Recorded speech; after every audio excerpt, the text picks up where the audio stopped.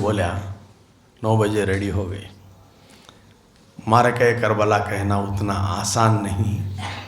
سوچو میں بھی اپنی زبان کو جنبش دینے کے لیے بیٹھا ہوں. میں تو اس گھرانے سے تعلق نہیں رکھتا جو سادات کا گھرانہ ہے. میرے والدین کی وفات کا تذکرہ کرنا میرے لیے آسان ہے، لیکن سید الشہداء اور کربلا والوں کا تذکرہ کرنا یہ میرے جان سے بھی بڑھ کر دوبر ہو جاتا ہے. جب ہم جیسے نکموں کو یہ بات کہتے ہوئے اتنا درد محسوس ہوتا ہے تو ان کی آل جو آل سادات ہے ان کے دلوں پر اس ایام میں کیا گزرتا ہوگا. سوچو. انشاءاللہ کوشش کروں گا. کوشش میں اس لیے کرنا چاہ رہا ہوں، شام میں ہمارے ریحان راشانوں تھے، مرشد گرامی کا بھی فون آیا تھا. میں ایک بات کو لے کر خلاصہ کرنا چاہ رہا تھا، اسی لیے فون لگایا تھا. تو حضرت نے کہا، شیخ الاسلام نے، کیوں کیا بات ہے آج اس معاملے کو پوچھ رہے ہو؟ میں بولا آج تذکرہ امام حسین رضی اللہ تعالیٰ عنہ خانقاہ میں رکھا گیا ہے. اچھا کون آ رہے ہیں؟ بولا کوئی اور نہیں، آپ کا یہ ناچیز ادنا غلام ہے اور والد محترم کے معزز خلیفہ بھی ہیں، اور ان کے بہترین ایسے سمجھو کہ اٹھتے بیٹھتے جیتے جاگتے ہر روان میں ہر چیز میں ان کا ساتھ رہا کرتے تھے. خلوص سے مریدین ان کے خلفاء بھی ہیں، یہ جنبش کر رہے ہیں. تو حضرت نے برجستہ یہ کہا کہ آج جو آپ کہیں گے اس کو ہم سننا چاہیں گے. اب میں کہاں، میری حقیقت کہاں کہ جو میں بیان کر سکوں تو پہلے مرشد گرامی اس کو سماعت کر سکے. بس اللہ تعالیٰ کی بارگاہ میں دعا کرتا ہوں کہ میری زبان کو احتیاط ادب کے دائرے میں رکھ کر صحیح بات سنانے اور آپ کو صحیح بات سننے اور اس پر مجھے اور آپ کو عمل کرنے کی توفیق رفیق عطا فرمائے. نحمدہ و نصلی علی رسولہ الکریم. اما بعد فاعوذ باللہ من الشیطان الرجیم. بسم اللہ الرحمن الرحیم. یا ایہا الذین آمنوا استعینوا بالصبر والصلاۃ ان اللہ مع الصابرین ولا تقولوا لمن يقتل في سبيل الله اموات بل احیاء ولكن لا تشعرون. صدق اللہ المولانا العظیم وصدق رسولہ النبی الامین المتین الکریم ونحن علی ذلک لمن الشاہدین والشاکرین والحمد للہ رب العالمین. شاہ است حسین بادشاہ است حسین. شاہ است حسین بادشاہ است حسین دین است حسین دین پناہ است حسین. دین است حسین دین پناہ است حسین. سرداد نداد دست در دست یزید. سرداد نداد دست در دست یزید حقا کے بنائے لا الہ است حسین. آپ تو منڈی ہلا رہے ہیں گویا کہ جیسا آپ سمجھ گئے. اشعار الفاظ فارسی کے تھے جن کی یاد منانے ہم بیٹھے ہیں. وہ اپنے شباب پر مشہور تھے اور ہندوستان کے راجاؤں کے راجا، خواجاؤں کے خواجہ، کل ولیوں کے راجا سرکار غریب نواز رحمۃ اللہ تعالی علیہ نے اپنی جبین خم کی اپنے جد اعلیٰ کی بارگاہ میں، امام حسین اور شہداء کربلا کی بارگاہ میں یہ کہتے ہوئے فارسی الفاظ تھے. اگر اس کو میں تھوڑا کوشش کر کے اردو کی ترجمانی میں اگر میں اس کو اس طرح کہوں، حسین شاہ ہیں. حسین شاہ ہیں، شاہوں کے بادشاہ حسین. حسین شاہ ہیں، شاہوں کے بادشاہ حسین. حسین دین ہیں اور دین کی پناہ حسین. حسین دین ہیں اور دین کی پناہ حسین. دے دیا سر، دے دیا سر، نہ دیا ہاتھ یزید کے ہاتھ میں. دے دیا سر نہ دیا ہاتھ یزید کے ہاتھ میں. قسم خدا کی ہے بنیاد لا الہ حسین. قسم خدا کی بنیاد ہے لا الہ حسین. یہ تو اردو میں آپ نے سنا، صرف اس فارسی الفاظ کا ترجمہ اردو میں سنا، لیکن مفہوم سمجھنے کے لیے تھوڑا وقت درکار چاہیے. کوشش کروں گا کہ میرے جد اعلیٰ سرکار غریب نواز نے کس پہلو میں بہہ کر ان اشعار کو کہا تھا اور اس کا متن اور مطلب کیا ہے. اس سے پہلے چند اشعار بارگاہ کربلا والوں کی نظر کرتا ہوں. سماعت فرما لیں. میرے شبیر نے پینا ہی نہیں چاہا پانی، میرے شبیر نے پینا ہی نہیں چاہا پانی، ورنہ دریا سے خود اٹھ کے چلا آتا پانی. ورنہ دریا سے خود اٹھ کے چلا آتا پانی. واہ واہ داد تحسین دے رہے تھے جیسا کہ سمجھ گئے. بے شک ہم عقیدے والے ہیں، عقیدے کی بنیاد پر ہم مان لیے. لیکن اگر ہم سے کوئی پوچھے دلیل کیا ہے، دریا سے کبھی پانی اٹھ کر چلا آیا تھا کیا، اگر کوئی پوچھ لے تو ایسے بدبختوں کو جواب دو کیسے بنتی ہے تقدیر بنا کر دیکھو، کیسے بنتی ہے تقدیر بنا کر دیکھو، دامن اپنا شاہ کی طرف بڑھا کر دیکھو، دامن اپنا شاہ کی طرف بڑھا کر دیکھو. پانی خود حکم کا بندہ ہے علی زادوں کا، پانی خود حکم کا بندہ ہے علی زادوں کا. خواجہ ہند کی تاریخ کو اٹھا کر دیکھو، خواجہ ہند کی تاریخ کو اٹھا کر دیکھو. دیکھو میدان کربلا میں جیسے حضرت نے کہا اپنے آپ کو عالم کہلانے والے، عالم تو کئی قسم کے ہوتے ہیں. جاہل بھی ایک شکل کے عبادہ اوڑھ کر اپنے آپ کو عالم کہتا ہے، تو علم وہ نہیں. العلماء ورثۃ الانبیاء، کیا ان کے علم میں نبی کی اور نبی آل نبی کی جھلک ہمیں نظر آ رہی ہے؟ پہلے اس کو دیکھنا ہے. کہتے ہیں امام حسین نبی کے اتنے قریبی نواسے تھے، جنت کے شہزادوں کے سردار، جنتیوں کے سردار تھے، تو کیا ان میں اتنی بھی کرامت نہیں تھی کہ پانی کو کرامت کے ذریعے وہاں لا لیتے؟ اتنوں کو پیاسا کیوں رکھے؟ دیکھو یہ مقام صبر و رضا ہے، امتحان ہے. حضرت ٹیچر ہیں، ایک بچے کو سبق پڑھاتے ہیں، سال بھر محنت سے جستجو سے سبق پڑھاتے ہیں. ایک دن آتا ہے امتحان کا، دو حضرتاں بیٹھی ہیں، امتحان کا وقت آتا ہے. اسی بچے کے حال میں یہ انویجیلیٹر بن کے جاتے ہیں. جو اسباق پڑھائے تھے وہ اسباق بھی ہیں، سمجھ لیجئے. اب بچہ چند سوالات پر آ کر اٹک جاتا ہے، بولتا استاد محترم آپ کے پاؤں پڑھوں گا، تھوڑا اس کا جواب بتا دو. اب بتاؤ کیا استاد جواب دیں گے؟ کیا استاد کے پاس اس کا علم نہیں ہے؟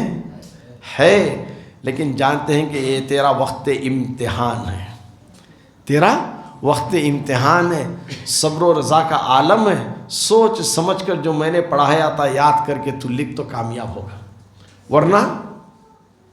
ورنہ فیل ہو جائے گا. امام حسین کے پاس کرامتوں کے انبار تھے، لیکن وہ امتحان گاہ تھی. ارے امام حسین تو چھوڑ دو، آگے میں اس چیز کو ایک جملہ بھی لاتا ہوں اپنے شعر میں، جب پتہ چلے گا کہ ان کے نسل میں بھی کیا بات تھی. تو الغرض سرکار خواجہ اجمیری نے اپنا پیالہ اپنے غلام کے ہاتھ میں دے کر کہا انا ساگر کی طرف جاؤ اور کہو اے انا ساگر تمہیں خواجہ نے بلایا ہے. تو کیا تھا؟ چھوٹا سا پیالہ تھا، رخ انا ساگر کی طرف تھا. جیسے ہی خواجہ اجمیری کے الفاظ کو ان کے غلام نے دہرایا، سارا پانی خشک ہوتا نظر آیا. کہاں گیا پتہ نہیں چلا، پیالے میں آ گیا. کیسے نکل کر آیا پیالے میں پتہ نہیں چلا. اسی کو کرامت کہتے ہیں، جو ہماری عقل حیران ہو جاتی ہے جس بات کو دیکھ کر سمجھ میں نہیں آتی، اسی کو ہم کرامت کہتے ہیں. پھر معافی تلی کے بعد پھر خواجہ اجمیری نے اپنے غلام کو بھیجا، جاؤ ان کی غلطیوں کو میں نے معاف کیا. پرتھوی راج کے جس نے 12 مرتبہ قطب الدین غوری کو ہرایا تھا میدان جنگ میں، اتنی طاقت رکھنے والا بے بس ہو کر خطبوں پر اس کے خادم آ کر گر گئے. اے بزرگ، اے داتا، اے ہماری معافی طلب کرتے ہیں، ہم معاف کر دو. انا ساگر کو جو خشک ہو چکا ہے اس کو پھر لبریز کر دو. تاریخ ہند میں مولانا شوکت علی فہمی لکھتے ہیں صرف انا ساگر کا پانی نہیں سوکھ گیا تھا، اجمیر کے اطراف اکناف جتنے باولیاں تھے، جو جہاں جہاں پانی کے ذرائع تھے سب کچھ سوکھ گیا. حتیٰ کہ ماؤں کی چھاتیوں میں اور جانوروں کے تھنوں میں دودھ تک سوکھ گیا. یہ خواجہ اجمیری کی جلالی پن کی انتہا تھی۔ جب حکم دے دیا کہ پھر غلطی معاف کر دی تو پھر اسی پیالے کو لے جا کر انا ساگر کی طرف رخ کیے تو یہ چھوٹے پیالے سے پانی انا ساگر میں آ گیا، کہاں سے کہاں گیا اور انا ساگر چھلک گیا، نظر نہیں آیا۔ خواجہ اجمیری حضرت امام حسین کی آل کی آل کی آل کی آل کی آل کی آل کی آل میں آتے ہیں، نہ جانے کتنے شجرے میں نسب کے بعد آتے ہیں، ان میں وہ طاقت تھی۔ تو امام حسین جن کے جد اعلیٰ ہیں، ایمان سے بتاؤ کیا ان میں طاقت نہیں تھی؟ بے شک تھی، لیکن وجہ کیا تھا؟ وہاں امتحان تھا۔ جہاں امتحان ہوتا ہے وہاں کرامت نہیں دکھائی جاتی، اور جہاں ایمان پھیلایا جاتا ہے، جہاں دین پھیلایا جاتا ہے، وہاں کرامتوں کا ظہور کیا جاتا ہے۔ یہی تو دونوں فرق تھی۔ خواجہ اجمیری یہاں دین پھیلانے آئے تھے، اسی لیے کیا دکھایا؟ کرامت کو دکھایا۔ امام حسین کربلا کے میدان میں دین کو بچانے گئے تھے، دین کو بچانے کے لیے کرامت کا سہارا نہیں لیا جاتا۔ تو اسی لیے کوئی اگر چاہتا ہے تو کہو اس سے خواجہ ہند کی تاریخ کو اٹھا کر دیکھو۔ پھر آگے چلے، مرتبہ ان کا نہ پہچان سکے شمر و یزید، مرتبہ ان کا نہ پہچان سکے شمر و یزید، ورنہ بھرتے یہی لوگ شبیر کے گھر کا پانی، ورنہ بھرتے یہی لوگ شبیر کے گھر کا پانی۔ شیر حیدر کے مقابل، شیر حیدر کے مقابل میں یزید آیا ہی نہیں۔ علی حکومت پر بیٹھ کر اپنے چیلوں کو بھیجتا گیا، شمر کو بھیجتا گیا اور چیلوں کو بھیجتا گیا، جاؤ جاؤ جنگ لڑو، لیکن ہمت نہیں تھی کہ امام حسین کا سامنا کر سکے، چونکہ وہ جانتا تھا ان کے والد فاتح خیبر ہیں، ایک ہاتھ سے دروازے کو اکھاڑ دیے تھے۔ وہ حیدر کرار کا یہ شجاع اور بہادر بیٹا ہے، تو اسی لیے کہا شیر حیدر کے مقابل یزید آیا ہی نہیں۔ سب نے یہ دیکھ لیا کس میں ہے کتنا پانی، سب نے یہ دیکھ لیا کس میں ہے کتنا پانی۔ اب یہاں معصوم بچے کو لے کر چلے تھے، شیر خوار بچہ تھا، علی اصغر۔ تاریخ کربلا کو اٹھا کر دیکھو، جتنے بھی مورخین تاریخ کربلا لکھے ہیں وہ یہی لکھتے ہیں، حضرت علی اصغر رضی اللہ تعالیٰ عنہ کو کبھی زمین پر نہیں رکھا۔ حضرت امام حسین اٹھاتے، سینے سے چپکاتے، شہر بانو کو دیتے، بی بی زینب کو دیتے، عابد بیمار کے ہاتھ میں دیتے، کبھی عباس علمبردار کے ہاتھ میں دیتے، کبھی علی اکبر کے ہاتھ میں دیتے، ان کے گودوں میں جاتے رہے۔ سب تھک گئے تو جھولی 4 لکڑی گڑا کر جھولا بنا کر اس میں ڈال۔ کیا ضرورت تھی میدان کربلا میں جھولی وغیرہ کی؟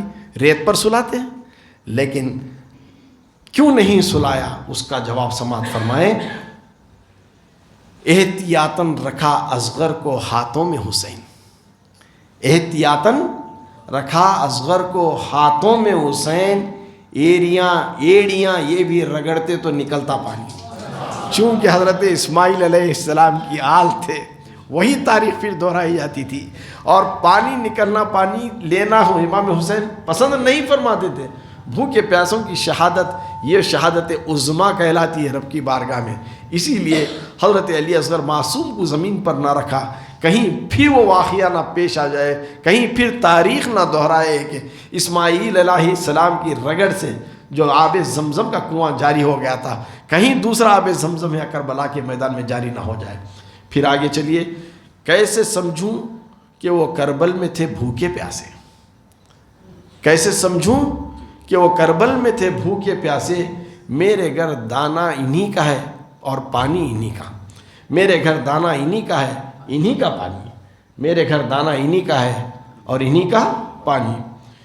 یوں ہی نہیں سر کٹا کے سوئے ہیں حسین، یوں ہی نہیں سر کٹا کے سوئے ہیں حسین، زمانہ سویا تھا جگا کر سوئے ہیں حسین، زمانہ سویا تھا جگا کر سوئے حسین، بدن حسین کا ہے فاطمہ کی چادر پر۔ یہاں پر چند بہت ہی مخصوص صحابہ کرام کو اس وقت زیارت سے مشرف ہوئی، شہادت والی رات یعنی شب عاشورہ، آج کی رات 10ویں محرم تو کل آنے والی تھی، رات چند معتبر صحابہ کرام نے اپنے خواب میں دیکھا۔ ایک تو آپ نے سرکار دو عالم صلی اللہ تعالیٰ علیہ وسلم کے چہرے کو دیکھا، گرد و غبار میں ڈوبے ہوئے تھے، اس کا تو تفسیر آپ نے سنا۔ حضرت فاطمۃ الزہرا رضی اللہ تعالیٰ عنہ اپنے بالوں سے کربلا کے ایک مخصوص میدان کو پاک کر رہی ہیں۔ حالت خواب میں صحابہ چلا اٹھے، اے امت کی ماں، آپ کے سر مبارک کے بالوں کو کسی نے نہیں دیکھا تھا، وہ حیا کی چادر ہمیشہ سر کو ڈھانکے رہتی تھی، ایسی حیا کی چادر آپ نکال دیے ہیں اور ان بالوں سے اس زمین کے مخصوص حصے کو صاف کر رہے ہیں، کیا معاملہ ہے؟ اشک بار ہو جاتی ہیں فاطمۃ الزہرا سلام اللہ علیہ، اشک بار ہو جاتی ہیں اور فرماتی ہیں تم کیا جانو، میرا لخت جگر جس کے نبی میرے نانا میرے ابا جان جس کے جسم اطہر کے ہر حصے کو چھوما کرتے تھے، اتنا نازک بدن کل اسی جگہ میدان کربلا میں شہید ہو کر گرے گا، کہیں کنکر اس کے جسم کو زخم نہ پہنچائیں۔ اس شدت غم سے میں زمین کے اس حصے کو اپنے پاک بالوں سے پاک کر رہی ہوں اور میری ابا کی چادر کو بچھا رہی ہوں تاکہ امام حسین اس پر کل کٹ کر یہاں پر آ جائے۔ تو اس کو شاعر نے اپنے خیال میں بڑا ہی حسین انداز بیان فرمایا ہے، بدن حسین کا ہے فاطمہ کی چادر پر، بدن حسین کا ہے فاطمہ کی چادر پر، زمین پر عرش معلیٰ بچھا کر سوئے ہیں، زمین پر عرش معلیٰ بچھا کر سوئے ہیں، سخاوت شان رحمت ہے۔ سخیوں سے پوچھو، کوئی کہتا ہے عقل کے اندھوں کو دیکھتے رہتے ہیں پھر بھی عقل نہیں آتی، کبھی کسی کو دیکھتے ہیں خدا کی راہ میں بہت ہی بڑھ چڑھ کر لٹاتے ہیں، جتنا لٹاتے ہیں اس سے زیادہ اللہ انہیں عطا فرماتا ہے، یہ حسرت سے خاموش رہ جاتے ہیں، انہوں کر رہے ہیں ہمیں نہیں کر سکتی، انہوں کر رہے ہیں ہمیں نہیں کر سکتی، یہ بولتے رہتے ہیں۔ جیسے کہ وہ اکبر اور بیربل کا واقعہ والد محترم ہمیشہ عبرت کے لیے سنایا کرتے تھے۔ اکبر بادشاہ جب بھی دیتا بیربل کو ہی نوازتا تھا دربار میں، دوسرے منسٹرز جلتے تھے، دوسرے منسٹرز جلتے تھے، کیا ہے ہمیں بھی لائق کے نہیں ہے کیا، ہمارے الگ الگ پورٹفولیو سے ہماری عزت نہیں ہے کیا، ہمیشہ بیربل کے اوپر ہی جانی ساری کرتا ہے۔ تو سب منسٹرز مل کو پلان کر لیتے ہیں، سوا ہم ایک ایسا پلان کریں گے دربار میں بیربل تذلیل ہو جانا، بے بس ہو جانا ہمارے سوالوں سے۔ اب بادشاہ کو جا کر بولتے ہیں بادشاہ ہمارے چند سوالات ہیں، اگر اس کا سوال بیربل دے دیں تو ہم بیربل سے خوش ہو جائیں گے۔ ٹھیک ہے، جو سوالات کرنا چاہتے ہو کل دربار میں کرو۔ بیربل حاضر ہو جاتے ہیں اور بیربل سے سوال کرتے ہیں۔ یہ ایک ان کا دانا وزیر جو کہلاتا تھا وہ سب کا ایک سردار بن کر آتا ہے اور پوچھتا ہے بادشاہ سلامت، پوچھو اپنے اس چہیتے بیربل سے کہ آپ کی ہتھیلی پر بال کیوں نہیں، آپ کی ہتھیلی پر ہے کہ ہمارے ہتھیلی میں بالا نہیں نا، اب ہمیں کون سے زمرے میں دیکھیں گے کس کی ہتھیلی پر بال کئی گنے ہیں، اپنا جائزہ ہمیں لینا ہے۔ تو بادشاہ پوچھتے ہیں بیربل بتاؤ میرے ہتھیلی پر بال کیوں نہیں ہیں؟ بیربل بڑا چالاک تھا، ہوشیار تھا، جواب دیتا ہے بادشاہ سلامت، آپ کی عمر کی درازی ہو، آپ اتنے سخی ہیں، اتنی سخاوت کرتے ہیں، جب بھی دیتے ہیں مجھے ہی دیتے ہیں، دیتے آپ اپنے ہاتھ سے آپ کی ہتھیلی کی بال جھڑ گئے۔ ابھی نے دانا وزیر پریشان سن کو کہ ارے یہاں بھی بخش رہا نہیں، پھر بھی ہار ماننے والا نہیں تھا، پھر ٹانگ لڑا تھا۔ ٹھیک ہے بادشاہ مجھ سے پوچھو بیربل کے ہاتھ میں کئی ہتھیلی میں کئی کو نہیں، بادشاہ کے ہاتھ میں دے کو چلے گئے ہیں، بیربل کے ہاتھ کی ہتھیلی میں کئی کو نہیں۔ تو پھر اکبر بادشاہ پوچھتے ہیں بیربل سے، بیربل بتاؤ تمہارے ہتھیلی میں بال کیوں نہیں؟ اے بادشاہ سلامت، سارے درباری گواہ ہیں، آپ نے جب بھی دیا مجھے ہی دیا، آپ جب بھی دیا مجھے ہی دیا، آپ کے دیتے جھڑ گئے، میرے لیتے جھڑ گئے۔ ارے اس کی سیکنڈ وکٹ بھی گر گیا، کیا رے کرنا سو، اب آخری فائنل سلاگ اوور کا بال ڈالیں گے، پھر آخری وہ دانا وزیر پوچھتا اچھا بادشاہ تمہارے دیتے گر گئے، بیربل کے لیتے گر گئے، ہمارے سب کے کہاں ہیں، ہمارے سب کے تیلے میں نہیں نا، پوچھو بیربل سے بولتے ہیں اے بیربل بتاؤ جتنے بھی دربار میں ہیں ان سب کے ہتھیلیوں پر بال کیوں نہیں؟ اے بادشاہ تمہارے دیتے جھڑ گئے، میرے لیتے جھڑ گئے، انہوں حسد میں اسے مل رہا تو لگڑ ہتھیلے میں ان کے جھڑ گئے، ہے نا۔ تو سخاوت ایک چیز ہے، سخی جانتا ہے، سخی مصطفیٰ ہمیشہ کہتے رہتے ہیں سخی خدا کے قریب ہوتا ہے، بخیل خدا سے دور ہوتا ہے۔ جو خدا کے قریب ہو جاتا ہے اسے بے انتہا نعمتوں سے اللہ تعالیٰ نوازتا ہے۔ تو اس سخاوت کو اپنے خیال میں رکھیے اور اس شعر کو سنیے۔ سخاوت شان رحمت ہے، سخاوت شان رحمت ہے، سخاوت عین برکت ہے۔ سخاوت شان رحمت ہے، سخاوت عین برکت ہے، نوالا دینے والے کا نوالا کم نہیں ہوتا، نوالا دینے والے کا نوالا کم نہیں ہوتا۔ خدا اپنوں کا سجدے میں سر کٹتے دیکھ لیتا ہے، خدا اپنوں کا سجدے میں سر کٹتے دیکھ لیتا ہے۔ امام حسین جو اپنے تھے خدا والے تھے، ان کا سر کٹتے ہوئے دیکھ لیتا ہے۔ بچانا ہو تو پھر مکڑی کا جالا کم نہیں ہوتا۔ غار سور چلے جائیے، وہ واقعہ میں نہیں کرتا ہوں، بس غار سور کے اوپر مکڑی نے جالا تن دیا تھا، اور غار سور میں دو ذات تھیں، ایک صدیق اکبر رضی اللہ تعالیٰ عنہ کی ذات تھی، یار غار بن کر ہو گئے تھے، اور سرکار دو عالم صلی اللہ علیہ وسلم کی ذات تھی۔ بچانا ہو تو مکڑی کا جالا کم نہیں ہوتا۔ جہاں ہو کثرت باطل وہاں شبیر بن جانا، جہاں ہو کثرت باطل وہاں شبیر بن جانا۔ گھنی ظلمت میں جگنوں کا اجالا کم نہیں ہوتا، گھنی ظلمت میں جگنوں کا اجالا کم نہیں ہوتا۔ سرکار امام حسین کی کیمپ میں ایک نوجوان تھے، 18 سال کے تھے، شبیہ مصطفیٰ صلی اللہ تعالیٰ علیہ وسلم انہیں کہا جاتا تھا۔ ان کا چہرہ بالکل سرکار کے چہرے کے موافق رہتا تھا۔ وہ حضرت علی اکبر رضی اللہ تعالیٰ عنہ تھے۔ اب وہ یاد کرو، جوان بیٹا بھی شاہ نے کر دیا قربان امت پر، جوان بیٹا بھی شاہ نے قربان کر دیا امت پر۔ 18 سال کے نازوں کا پالا کم نہیں ہوتا، 18 سال کے نازوں کا پالا کم نہیں ہوتا۔ یہ یقین کے ساتھ کہتا ہوں، جسے بھی تکلیف ہو اس شعر کو غور سے سماعت فرما لے، چاہے کیسی بھی مشکل کیوں نہ ہو۔ ہزاروں مشکلیں آسان ہو جاتی ہیں پل بھر میں، ہزاروں مشکلیں آسان ہو جاتی ہیں پل بھر میں، محمد کے نواسوں کا حوالہ کم نہیں ہوتا، محمد کے نواسوں کا حوالہ کم نہیں ہوتا۔ ہزاروں انگلیاں اٹھتی ہی رہتی ہیں مگر شبنم، ہزاروں انگلیاں اٹھتی ہی رہتی ہیں مگر شبنم۔ یہ جذبہ بھی بفضل خدا، یہ جذبہ بھی بفضل حق تعالیٰ کم نہیں ہوتا، یہ جذبہ بھی بفضل حق تعالیٰ کم نہیں ہوتا۔ جو اللہ کی راہ میں مارے جائیں، جو اللہ کی راہ میں مارے جائیں، انہیں مردہ نہ کہو، انہیں مردہ نہ کہو، وہ تو زندہ ہیں مگر تم کو شعور نہیں ہے ان کی زندگی کا۔ اب یہ کیا ہے، کیسے زندہ ہوتے ہیں؟ کسی مردے کو اپنی روح قبض ہونے کے بعد بات کرتے ہوئے آپ نے سنا تھا؟ نہیں۔ میں اور دلیل کے طور پر ہمارے حاجی صاحب بیٹھے ہیں، چاند پاشا صاحب، دوران سفر ہمیں دمشق میں گئے تھے، اس مقام کی زیارت بھی ہم نے کی تھی جب کربلا سے امام حسین رضی اللہ تعالیٰ عنہ کا سر مبارک لے کر یزیدی چلے، تو رات ہوئی، تو رات اس شہر میں ٹھہرے جہاں ایک چرچ تھا۔ اس چرچ کے پادری کو ملاقات کرے، ہم رات کو یہاں ٹھہریں گے، پھر صبح ملک شام چلے جائیں گے۔ تو سر مبارک کو ایک جگہ رکھ دیا گیا پتھر پر۔ رات کا اندھیرا ہے، پادری یعنی فادر چرچ کا سویا ہے، لیکن بہترین کشلحانی سے قرآن شریف پڑھنے کی آواز آ رہی ہے۔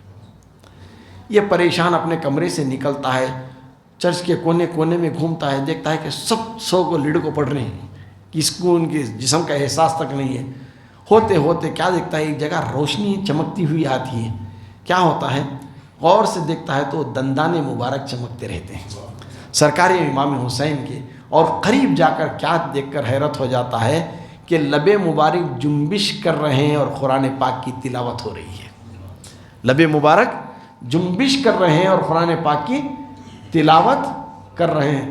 ہم نے وہ مقام کو دیکھا، اب وہ مقام پر سر مبارک تو نہیں، جہاں رکھا تھا خون تھا، ایسا لگتا ہے کہ تازہ خون ہے، جیسے کسی کو کاٹ کو ڈال ڈالے تو چند گھنٹوں میں کیا ہوتا، کالا ہو جاتا، لیکن آج بھی جائیے دمشق اس میں چلے جائیے، اس چرچ میں لال تازہ خون جیسا ایسا ہے، اور وہاں پہ تاریخ میں بھی لکھا گیا عاشورے کے دن وہاں سے خون رستا ہے، یعنی ٹپکتا۔ یہ زندی کرامت ہے آج بھی امام حسین کی۔ حال ہی میں نے گروپ میں ایک ویڈیو ڈالا تھا، حضرت امام حسین رضی اللہ تعالیٰ عنہ کا جسد مبارک مقام کربلا میں جس جگہ پڑا تھا، گھوڑوں کی ٹاپوں سے روندا گیا تھا، تو اٹھا کر جسم مبارک کو لے چلے گئے تھے کہیں، لیکن لاش نہیں ملی تھی ابھی، لیکن اس جگہ کی مٹی کو آل رسول کی ماؤں نے، بہنوں نے اس مٹی کو لے لیا جس خون میں تر ہو گئی تھی، اس مٹی کو تسبیح کے دانوں کی شکل دے دی۔ آج بھی وہ تسبیح صرف دنیا کے واحد ایک مقام میں ہے، اور کچوچا کی سرزمین پر جامع اشرف کی اس لائبریری میں، اس میوزیم میں، جو بہت سارے احباب دیکھ چکے ہیں، وہ تسبیح آج بھی ہے، جو میں نے ویڈیو ڈالا بھی ہوں میں گروپ میں۔ اور کل یعنی 10ویں محرم کو اس سے خون نکلتا ہے، 10ویں محرم کو اس سے خون نکلتا ہے، پھر دنیا میں یہ چیز کہیں اور دیکھنے کو نہیں ملتی۔ تو یاد کیجئے کیا تھا، سر مبارک تن سے جدا ہو کر بھی قرآن کی تلاوت کر رہا تھا۔ کیوں؟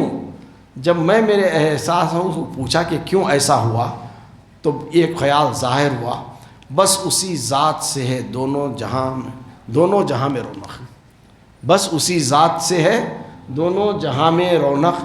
ایک محمد صلی اللہ علیہ وسلم، ایک محمد کے سوا دنیا میں رکھا کیا ہے، ایک محمد کے سوا دنیا میں رکھا کیا ہے۔ سر کٹا کر بھی وہ تلاوت کیا کرتے ہیں، سر کٹا کر بھی وہ تلاوت کیا کرتے ہیں، جن کو قرآن میرے آقا نے پڑھا رکھا ہے، جن کو قرآن میرے آقا نے پڑھا رکھا ہے۔ یہ بات حق ہے۔ کبھی ہم پریشانی میں ہوتے ہیں تو چند احباب کا ہم ساتھ دیتے ہیں، اور وقت امتحان آتا ہے تو اسے ہاتھ ڈالتی ہیں، دشمن کے ہاتھ میں ہاتھ دیتی ہیں، ہے نا، زمانے میں کرتے نا لوگ، سر بچانے کے لیے کیا کرتے ہیں، ظالم کے ہاتھ میں ہاتھ دیتے ہیں۔ لیکن قربان جائیے سرکار امام حسین پر، انہوں نے ہاتھ بچانے کے لیے اپنا سر دے دیا، ہاتھ بچانے کے لیے اپنا سر دے دیا۔ میں نے جس آیت کریمہ کی تلاوت کا شرف حاصل کیا، یا ایھا الذین آمنوا استعینوا بالصبر والصلاۃ، اے ایمان والو مدد طلب کرو، مدد مانگو صبر اور صلاۃ سے۔ صبر نہ تو خدا کا نام ہے، نہ صلاۃ خدا کا نام ہے، نہ صبر صفات خدا ہے، نہ نماز صفات خدا ہے۔ چلو رب سے یا رب کی صفات سے ہم مدد مانگتے ہیں تو گویا شرک نہیں کرتے۔ تو اب یہ اشارہ بتاتا ہے صبر علیحدہ ہے اور نماز بھی علیحدہ ہے، یہ خدا نہیں ہے، غیر خدا ہے۔ نماز بھی غیر خدا ہے اور صبر بھی غیر خدا ہے۔ خود خدا تعالیٰ بندوں کو حکم دے رہا ہے، اے ایمان والو مدد حاصل کرو، مدد طلب کرو صبر اور صلاۃ سے۔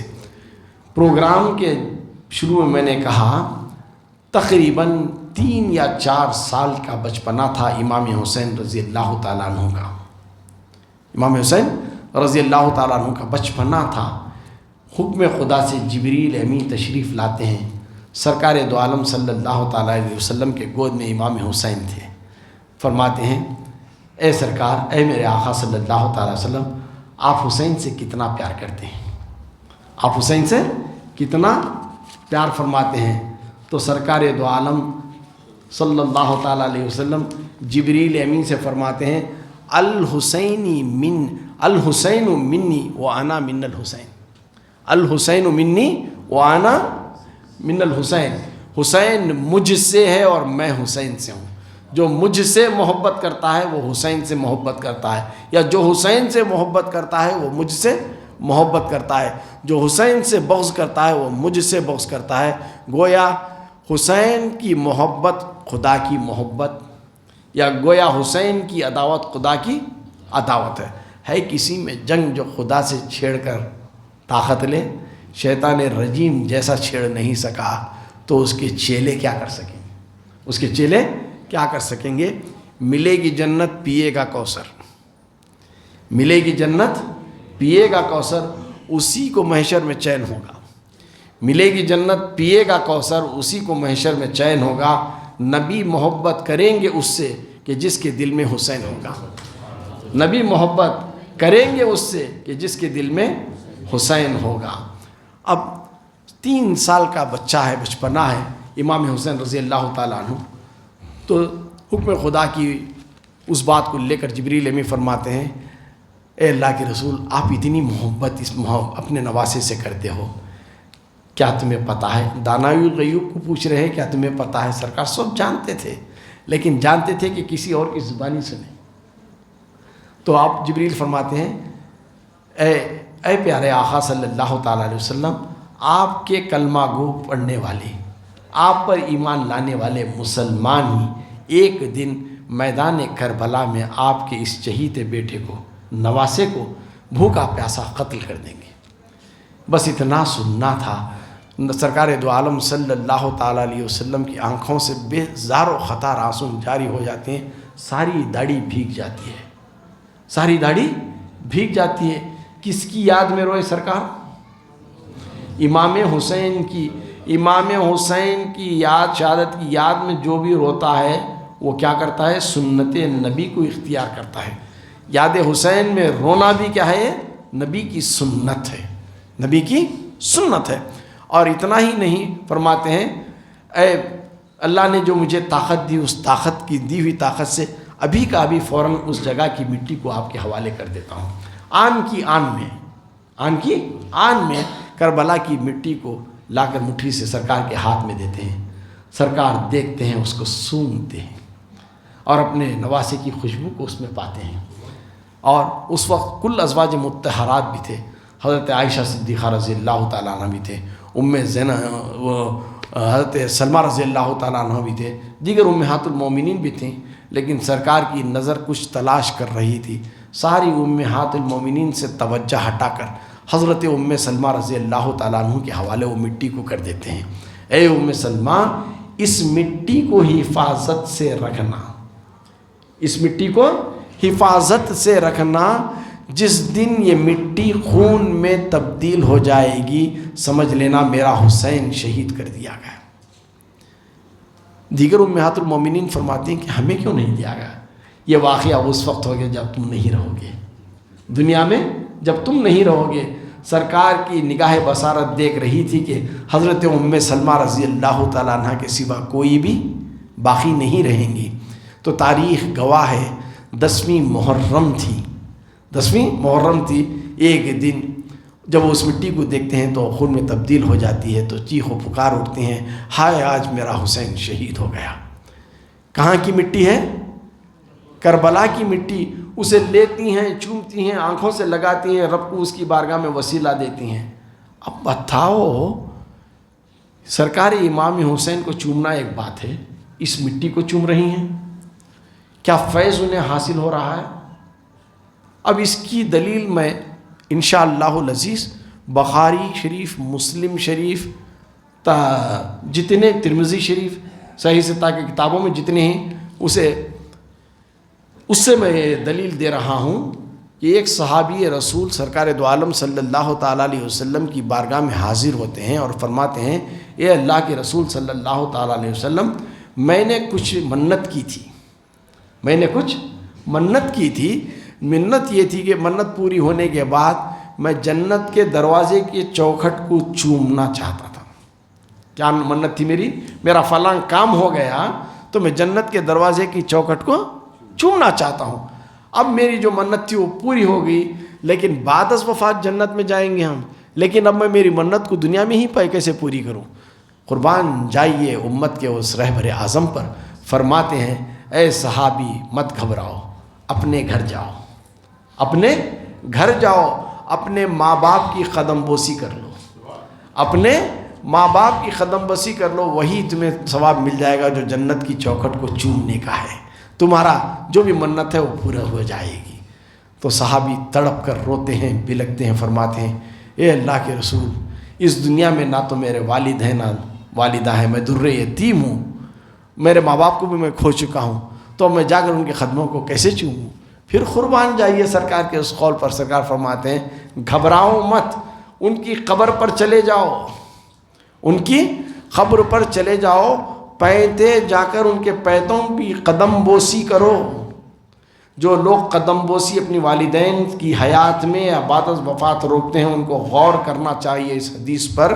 خود سرکار کا فرمان ہے، روکنے والا سرکار کے قول کو غلط ثابت کرتا ہے۔ سرکار خود حکم دے رہے ہیں، قبر پر جاؤ، ان کے قدموں کو چومو، تمہارا منشا، تمہاری جو بھی التجا تھی وہ پوری ہو جائے گی۔ پھر ہاتھ جوڑ کر فرماتے ہیں، اے سرکار، جس وقت میرے والدین دنیا سے پردہ گئے، میں بہت بچہ تھا، انہیں کہاں دفن کیا گیا اس کا بھی مجھے پتہ نہیں ہے، اس کی بھی مجھے خبر نہیں ہے، تو پھر میں کیسے ان کی قبر کے پاس جاؤں اور کیسے چوموں؟ سرکار فرماتے ہیں، اے صحابی پریشان مت ہو، اپنے گھر چلے جاؤ، اپنے گھر چلے جاؤ، کچھ لکڑی یا قلم لو، 2 لکیر کھینچو، 2 لکیر کھینچو، تصور کرو ایک والد ہے، ایک والدہ ہے، ایک والد ہے اور ایک والدہ ہے، اور ان دونوں لکیروں کے اختتام پر آ کر ان کو چوم لو، تمہاری منت پوری ہو جائے گی۔ اب بتاؤ، وہ تو لکیر ایک نقشہ تھا، نہ تو قبر تھی نہ والدین تھی، ثواب تو وہی ہے نا، ثواب تو وہی ہے۔ میں اور آج کسی بنا پر نجف اور کربلا میں نہیں گئے ہے نا، ایک سفر کی صعوبتیں، حالات ہیں، جو کچھ بھی ہیں، ہم یہاں ان کی یاد منا رہے ہیں، لیکن ایمان اس حدیث پر رکھتے ہوئے اتنا خیال کر لو کہ وہی فیض ہمیں مل رہا ہے جو وہاں آج حاضر ہو کر فیض حاصل کر رہے ہیں، تو لہٰذا اس بات کو یاد رکھو کہ حضرت امام حسین رضی اللہ تعالیٰ عنہ جب 3 سال کے تھے، 4 سال کے تھے، تو سرکار امام حسین رضی اللہ تعالیٰ عنہ کو جب سے ہی سرکار اپنے کاندھوں پر بٹھاتے تھے، بچوں کو بٹھاتے نہیں، اب گھوڑا سوار ہو جائے گا تو کاندھوں پر بٹھا لیتے تھے۔ سرکار کے زلفوں کو امام حسین ایسا پکڑتے جیسے گھوڑے کے لگام کو کوئی پکڑے ہوئے ہیں، اور سرکار امام حسین کے قدموں کو لے کر اپنے سینے سے بار بار چمکا لیتے ہیں اور چمٹاتے ہیں۔ صحابہ پوچھتے ہیں، اے سرکار دو عالم صلی اللہ تعالیٰ علیہ وسلم، یہ عمل آپ بارہا کر رہے ہیں، امام حسین کے قدموں کو لے کر آپ اپنے سینے سے چمٹا رہے ہیں، کیا بات ہے؟ تو اے میرے صحابہ، یاد رکھو، یہ ایک دن وہ آئے گا، صبر کا امتحان میرا یہ بیٹا دے گا میدان کربلا میں، کہیں اس کے قدم ڈگمگا نہ جائیں، کہیں اس کے قدم ڈگمگا نہ جائیں، میں پھر روحانی طاقت سے اس کے قدموں کو نواز رہا ہوں تاکہ یہ جام شہادت میں کامیاب ہو جائے، جام شہادت میں کامیاب ہو جائے۔ تو لہٰذا یہ سارا معاملہ سرکار سنایا کرتے تھے، سب سنتے تھے، صحابہ سنتے تھے، بھائی حسن سنتے تھے، حیدر کرار سناتے تھے، والدہ فاطمہ الزہرا سلام اللہ علیہا سنایا کرتی تھیں، تذکرہ سنتے تھے۔ نبی خود یہ جانتے تھے میرے نواسے کو شہید کیا جائے گا، جو میں کہوں گے حسین مجھ سے ہے اور میں حسین سے ہوں۔ کبھی رب کی بارگاہ میں ہاتھ اٹھا کر نبی نے دعا نہیں فرمایا، اے اللہ میرے حسین کو بچا لے، اے اللہ میرے حسین کو بچا لے، یزیدیوں کو برباد کر دے، اس طرح کبھی نبی نے کہا۔ نبی نے کہا تو یہی دعا کی، اے اللہ میرے حسین کو صبر عطا فرما، میرے حسین کو صبر عطا فرما۔ حضرت ایوب علیہ السلام کو بیماری میں ملوث کیا گیا چند سال تک، وہ بھی صابر رہے، صبر ایوب کہا جاتا ہے، لیکن اس سے زیادہ صبر امام حسین کا تھا۔ حضرت یعقوب علیہ السلام کو یوسف علیہ السلام کی جدائی سے رو رو کر آنکھوں کی بینائی چلی گئی، صبر کرتے رہے، لیکن صبر کی مدت اتنی نہیں رہی جتنی صبر کی مدت امام حسین رضی اللہ تعالیٰ عنہ نے کی۔ اسی لیے اس شہادت کو شہادت عظمیٰ کہا جاتا ہے۔ ایک معلوم میرا کیا ہے شہادت عظمیٰ کہنے کا، یہ ایک منشا ہے۔ دوسرا منشا یہ ہے، لوگ پوچھتے ہیں کیا سید امیر حمزہ رضی اللہ تعالیٰ عنہ جن سے سرکار محبت کرتے تھے بے پناہ، ان کی شہادت کا چرچا کیوں نہیں کرتے؟ کتنے اسلامی جنگ ہوئے، کتنے شہید ہوئے، ان کا چرچا کیوں نہیں کرتے؟ اس شہادت پر، کربلا والوں کی شہادت پر کیوں اتنے جلسے منعقد ہوتے ہیں؟ کیوں بار بار یاد کیا جاتا ہے؟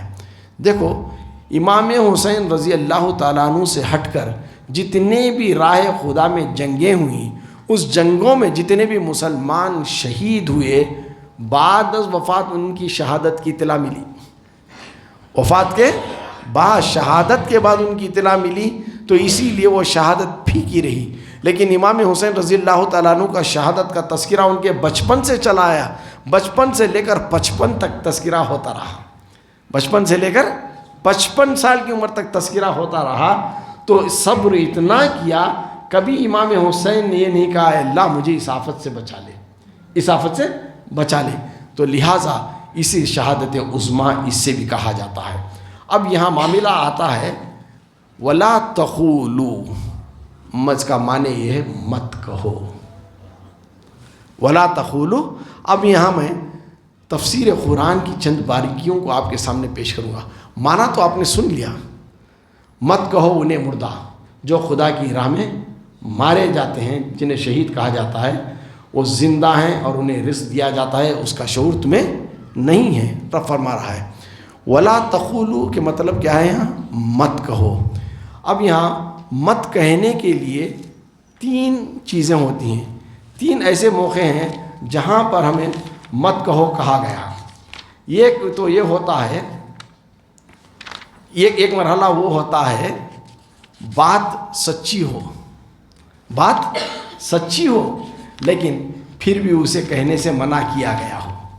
بات سچی ہو مگر اسے کہنے سے منع کیا گیا ہو. جیسے معراج کی رات, معراج کی رات خدا اور نبی کے درمیان جو راز و نیاز کی باتیں ہوئیں, اسرار و رموز کی باتیں ہوئی, رب نے فرمایا اے نبی اس راز کو راز ہی رہنے دو, اپنے سینے میں ہی رہنے دو, اپنے کنبے والوں کو بھی مت بتاؤ, اپنے جانثار صحابہ کو بھی مت بتاؤ. لا تقولوا, نہ کہو, مت کہو. تو اب دائرے ادب میں رہ کر نبی نے کبھی کسی کو اس چیز کو نہیں بتایا. اور دوسری قسم یہ ہوتی ہے کہ دوسری قسم وہ ہوتی ہے لا تقولوا, مت کہو, خاموش ہو جاتے تو بس بچ جاتے تھے, لیکن بے ادبی کا مظاہرہ نہیں کرنا, کہیں ایسا نہ ہو کہ کفر ہو جائے. جیسے میں نے کہیں اس چیز کو قلم بند کیا ہے. دوسری بات یا ایھا الذین آمنوا لا تقولوا راعنا. حافظ صاحب بیٹھے, شاید صحیح ہے. لا یا ایھا الذین آمنوا لا تقولوا راعنا. تقولوا اس کے آگے وہ رائنا کو رک رہا ہوں میں. رائنا فی نفسی برا نہ تھا, رائنا فی نفسی برا نہ تھا, مگر اس سے گستاخوں کو بے ادبی کا موقع ملتا ہے, اس سے بے ادبوں کو, گستاخیوں کو بے ادبی کا موقع ملتا ہے. اب اس پوائنٹ کو خیال میں رہیے, ذرا کھسے تو پھسل جاتے ہیں. صوفیاء کرام فرماتے ہیں بے ادبی کا سچ کفر ہے, بے ادبی کا سچ کفر ہے, اور ادب کا جھوٹ عین ایمان, اور ادب کا جھوٹ عین ایمان. ابلیس نے کہا تھا جب آدم کا پتلا بنایا گیا, اس میں نور مصطفیٰ صلی اللہ تعالی وسلم کو داخل کیا گیا, تو روح آ گئی اور آدم کی ذات بن گئی. تو اسجدوا یا آدم رب نے کہا, تو اس وقت سجدہ نہیں, میں نہیں کروں گا, میں فوقیت رکھتا ہوں, میں آگ سے بنایا گیا ہوں, یہ مٹی سے, آگ فوقیت رکھتی ہے مٹی پر, اس لیے میں نہیں کروں گا. تو پھر رب کی بارگاہ میں شیطان عرض کرتا ہے ربی بما اغویتنی, ربی بما اغویتنی, خدایا تو نے مجھے گمراہ کیا. بے شک ہدایت دینے والا بھی وہی ہے, گمراہی بھی دباؤ میں ڈالا تھا, لیکن خاموش رہتا تو ہو جاتا تھا, لیکن خدا کے آگے کہہ دیا, بے ادبی والی بات کہہ دی. جب بے ادبی والی بات کہہ دی تو اب زمانے صبح قیامت تک لے جنت سے وہ محروم ہو گیا, بارگاہ رب العزت سے اسے ٹائٹل مل گیا, اب سے تو ابلیس سے لعین ہے, ابلیس سے لعین ہے. تیسری بات یہ ہوتی ہے کہ بات بری ہو, بات بری ہو اور جھوٹ ہو, بات بری ہو, جھوٹ ہو, بے ادبی ہو اور کہنا بھی برا ہو. میں بہت احتیاط ہو کر کہہ رہا ہوں تیسری بات کو. بات کیا ہے, بری ہو, جھوٹی ہو, بے ادبی والی ہو اور جس کا کہنا بھی برا ہو, جیسے ناشکریہ اور کفریہ باتیں کرنا. اس بات کو لے کر آج میں نے حضرت کو فون کیا تھا, یہ دماغ میں میرے خلل پیدا کر دی تھی, یہ کیا ہے. تو حضرت نے بڑی بہترین رہنمائی مختصر سی بات کہہ کر یہ فرمائی, اگر اس آیت کریمہ کی مفہوم کو لے کر قرآنی آیت کو اگر کہیں, اگر میں کہوں, مثال تمثیل دے رہا ہوں, اگر میں کہوں کہ تم لوگ مردہ ہو تو بتاؤ سچ ہے یا جھوٹ؟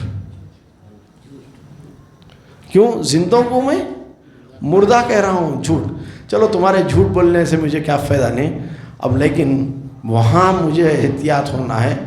کوئی اگر مفتی سے فتویٰ مانگے کہ فلاں احباب فلاں زید نے کسی بکر کو زندہ تھا وہ اسے پھر بھی مردہ کہا، تو اس کے بارے میں کیا خیال ہے؟ مفتیان عظام شرح متین کا کیا خیال ہے؟ تو اب مفتیان عظام قلم اٹھا کر قرآن و حدیث کی روشنی میں کہیں گے کہ فقہ کے انداز میں اسے فسق کہا جاتا ہے. فسق، فاسق. اب فسق جو اس سے ہوتا ہے، جھوٹے کے پیچھے نماز نہیں ہوتی. جھوٹے کے پیچھے نماز نہیں ہوتی. ٹھیک ہے میں نے کہہ دیا، جھوٹ کہہ دیا، میرے پیچھے نماز، میرے پیچھے پڑھنے والوں کی نماز نہیں ہوئی، لیکن میری تو ہوگی، میری تو ہوگی، پیچھے پڑھنے والوں کے لیے نہیں ہوئی. لیکن لا تقولوا لمن یقتل فی سبیل اللہ اموات، جو اللہ کی راہ میں مارے جائیں انہیں مردہ مت کہو. کون کہہ رہا ہے؟ خدا کہہ رہا ہے. حالانکہ وہ مردہ نظر آ رہے ہیں، اگر تم انہیں مردہ کہہ دیے تو پھر کفر کر بیٹھے. تو پھر کویا آیت قرآنیہ کا کھلا اعلانیہ اسے انکار کر دینا، یہ کیا ہے؟ گویا کفر ہوتا ہے. تو یہی ہے، اسی کشمکش میں لوگ پڑ گئے کہ یہ حکم جو عائد ہوا تھا انسانوں پر، جنات پر اور حیوان، سارے فرشتوں پر، سبھی پر لا تقولو کی، یعنی شہداء جسے ہم کہتے ہیں شہداء، ان کے بارے میں لا تقولو کے بارے میں ہے. یہ ایک چیز ہوتی ہے شاہد اور دوسرا ہوتا ہے شہید. دونوں کے معنی ایک ہی ہیں، گواہ. لگاتا بیٹھے ہیں سب اردو کے ہیں لو فاردو فرسٹ کے. شاہد کے معنی بھی گواہ ہے، شہید کے معنی بھی گواہ ہے، لیکن دونوں میں فرق ہے. شاہد وہ ہوتا ہے جو اپنی زبان سے گواہی دیتا ہے. دیکھا ہے، اسی لیے گواہی دیکھا ہے، گواہی اپنی زبان سے دے رہا ہے. جب گواہی دے دیا تو اس کی بات ہو گئی، ختم، پھر اس کا چرچا نہیں. لیکن شہید اپنے خون سے گواہی دیتا ہے. شہید اپنے خون سے گواہی دیتا ہے. جب تک اس شہید کے گنبد اور مینار آسمانوں کی بلندیوں کو چھوتے رہیں گے تب تک اس کی شہادت کا تذکرہ ہوتا رہے گا. امام حسین نے شاہد نہیں بنا، لیکن کیا بنا؟ شہید بنا. ان کے قطرے خون نے رب کی، جیسے ہی شہید پر پہلا وار کیا جاتا ہے رب کا دیدار میسر ہو جاتا ہے. ہر عوام الناس کو مرنے کے بعد علین یا سجین میں رکھا جاتا ہے. ان کی روحوں کو قیامت کے دن حساب و کتاب کے بعد جنت یا دوزخ میں ڈالا جاتا ہے. لیکن شہید اب گواہ بن کر رب کی بارگاہ میں جب جاتا ہے تو اللہ تعالیٰ فوراً اس شہید پر انعام فرماتا ہے کہ جنت میں داخلہ، جنت میں داخلہ. یہی تھا کہ صحابہ میں کمال تھا. آج ہمیں سوچتے ہیں محنت، مشقت، نماز، روزہ، خیرات، صدقات، نہ جانے کیا کیا کر کو جنت حاصل کریں گے. سوچتے ہیں بہت شارٹ کٹ ایزی میتھڈ صحابہ اختیار کرے تھے. کیا؟ جہاد راہ اللہ فی سبیل اللہ میں اپنی جانوں کو قربان، جان دی تھی اسی کی. حق تو یہ ہے کہ حق ادا نہ ہوا تو جان اسی کی راہ میں دیتے. اور رب کی بارگاہ میں جب پیش ہوا تھا رب فرماتے انہیں جنت میں بھیج دو. جنت میں انہیں ہما قسم کی رزق مہیا کی جاتی ہیں، وہاں کی نہروں سے سیرابی کی جاتی ہے، جام کوثر سے انہیں نہلایا پلایا جاتا ہے. شہید کہتے ہیں لا، ہمیں یہ سب جنت کی لذتیں نہیں چاہیے، جنت کی لذتیں ہمیں نہیں چاہیے. پھر کیا چاہتے ہو؟ پھر شہید کہتے ہیں اے اللہ پھر سے ہمیں دنیا میں بھیج، پھر تیری راہ میں ہمیں شہید ہونے کا مقام عطا فرما. جو مزہ شہادت کے وقت تیرے جلوے سے ہمیں میسر ہوتا ہے وہ کسی لذت میں نہیں ہوتا. رب کا حکم ہوتا ہے شہید کا امتحان ایک ہی بار لیا جاتا ہے، لہٰذا تم ہمیشہ کے لیے اب جنت میں رہو گے. لیکن شریعت میں بہت سارے شہید ہیں. جو نفاس کی عالم میں عورت فوت ہو جاتی ہے وہ بھی شہید ہے. سفر کے حالت میں جو مسافر فوت ہو جاتا ہے وہ بھی شہید ہے. بیماری کے عالم میں جو انسان فوت ہو جاتا ہے وہ بھی شہید ہے. دیوار دب کر جو مر جاتا ہے وہ بھی شہید ہے. لیکن یہ شہید وہ نہیں جو راہ خدا والا شہید، لیکن شہید کے زمرے میں ان کو روز قیامت اٹھایا جائے گا.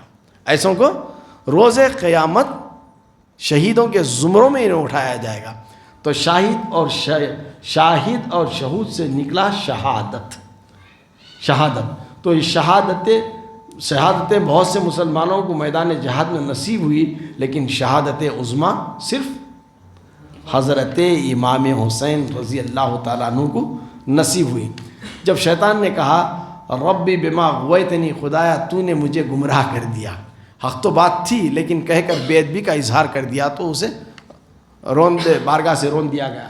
لیکن آدم نبینا سے میں نہ بھول ہوئی کہوں گا، نہ گناہ ہوئی کہوں گا. جو ہونا تھا یہ ہماری شرارت تھی، ہم دنیا میں آنے والے تھے، ہم نے اکسایا تھا.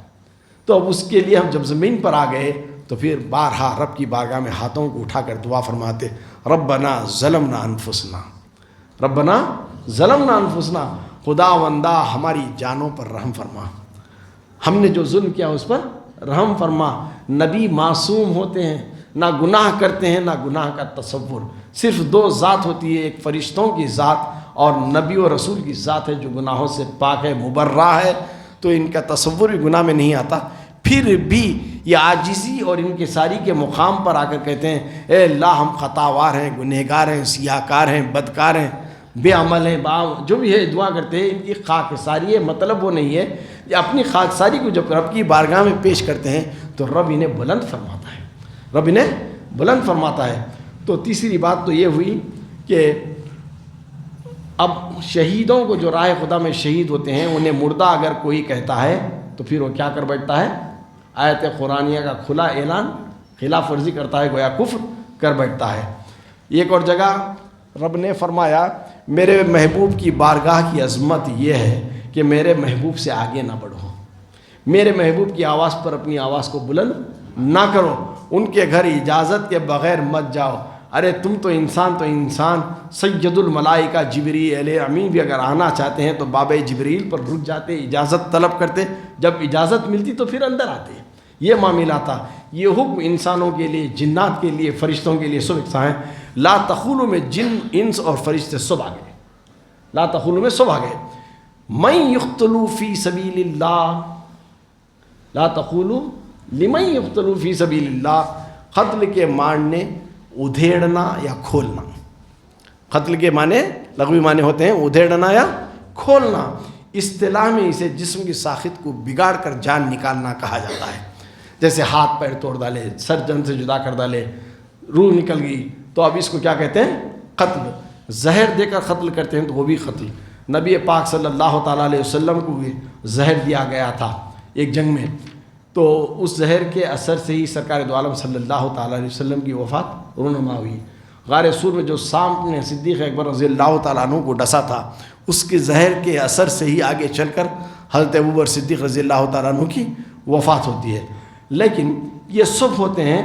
فقہ میں ہر ظلمن مقتول انسان عاقل بالغ کو شہید کہا گیا. فقہ میں ہر ظلمن مقتول انسان عاقل بالغ کو شہید کہا جاتا ہے. میں احتیاطاً، چونکہ میں نے کہا آج کی میری باتوں کو پیر رہبر سننے والے ہیں، اسی لیے احتیاطاً ادب کے دائرے میں رہ کر میں ان چیزوں کو استعمال کر رہا ہوں. تو پھر بل احیاء ولکن لا تشعرون. شہیدوں کے زندگی کے متعلق آج کل دنیا میں 3 فرقے ہیں. ایک فرقہ یہ ہے کہ وہ کہتا ہے کہ بعد وفات نہ نبی زندہ ہے، نہ ولی زندہ، نہ شہید. ایک فرقہ کیا کہتا ہے؟ نہ ولی زندہ ہے، نہ نبی زندہ ہے، نہ شہید. اب ان سے دلیل مانگو تو پوچھتے ہیں انکا میتون و انہم میتون. تو مانے اے محبوب آپ کو وفات آنی ہے اور سب کو بھی آنی ہے. پھر اور ایک دلیل پیش کرتے ہیں کل نفس ذائقۃ الموت، ہر جان کو موت کا مزہ چکھنا ہے. پھر دلیل پیش کرتے ہیں اور ایک کل من علیہا فان، زمین پر جو بھی ذات ہے اسے فنا ہونا ہے. وہ لوگوں کے مطابق ان آیات کی روشنی میں نبی ولی شہید کو متشنع نہیں کیا گیا، الگ رکھا نہیں گیا، سب کو انہوں مردہ قرار دے رہے ہیں. پھر وہ لوگوں کو کچھ عقلیں آئیں. کیا قرآن میں آخر یہ آیت نہیں آئی وَلَا تَقُولُوا لِمَن يَقْتُلُ فِي سَبِيلِ اللَّهِ أَمْوَاتٌ؟ اب وہ لوگ ہیں جنہیں شہید کہا گیا. بعد میں جب عقل ٹھکانے آئی تو بولے ہاں شہید ہیں کہ انہوں زندہ ہیں، شہید ہیں کہ زندہ ہیں. لیکن نبی اور ولیوں کے بارے میں کہاں ہیں؟ نبی اور ولیوں کے بارے میں کہاں ہیں؟ شہید ہے تو شہید کو نہ غسل دیا جاتا ہے، نہ کفن دیا جاتا ہے. جس حالت میں شہید ہوتے ہیں اسی حالت میں دفنا دیا جاتا ہے. لیکن انبیاؤں کو، ولیوں کو، پیران عظام کو اور جو علم کے علم بردار صحیح ہیں ان لوگوں کو بحکم خدا انہیں کیا کیا جاتا ہے؟ غسل بھی دیا جاتا ہے، کفن بھی دیا جاتا ہے. تو پھر یہ شہید کہاں، زندہ کہاں ہیں؟ شہیدوں کے بارے میں مان لیتے ہیں تو اب ان کے بارے میں پھر یہ لکھا جاتا ہے وَلَا تَحْسَبَنَّ الَّذِينَ قُتِلُوا فِي سَبِيلِ اللَّهِ أَمْوَاتًا بَلْ أَحْيَاءٌ عِندَ رَبِّهِمْ يَرْزُقُونَ. شہید وہ ہیں، رب نے فرمایا راہ خدا میں شہید ہونے والا کو مردہ نہ سمجھو، وہ رب کے ہاں زندہ ہیں، روزیاں پاتے ہیں، خوشیاں منا رہے ہیں، جس کا شعور ہمیں نہیں ہے. لیکن دنیا والے ہیں، دنیا کی مثال پوچھتے ہیں کیا رزق دیا جاتا ہے، کیسا زندہ رہتے ہیں. اب نوجوان نسل کو سمجھانے کے لیے اس ترقی یافتہ دور کی مثال بھی میں دینا چاہتا ہوں. زمین سے خلا میں آسٹروناٹس کو بھیجتے ہیں نا، راکٹس میں جو پائلٹس وغیرہ جاتے ہیں، آسٹروناٹس ان کو بھیجتے ہیں. کیا سب ٹفن کیریئر بھر لگ جاتے ہیں؟ ہاں، بریانی کا پارسل لگ جاتے ہیں؟ نہیں چپس گپس لے کر جاتے ہیں؟ نہیں، کھا نہیں سکتے چونکہ اینٹی گریوٹی رہتی ہوں. پانی بھی ڈالو، پانی اچھل کے اوپر آ جاتا، نیچے گرتا نہیں، گریوٹی اگینسٹ رہتی.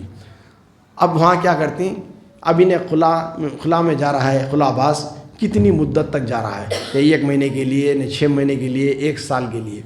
اس کے لیے ایک ٹیبلٹ دیتے ہیں، نینو ٹیبلٹ بولتے ہیں اسے. وہ مارکیٹ میں میڈیکل شاپوں میں نہیں ملتی.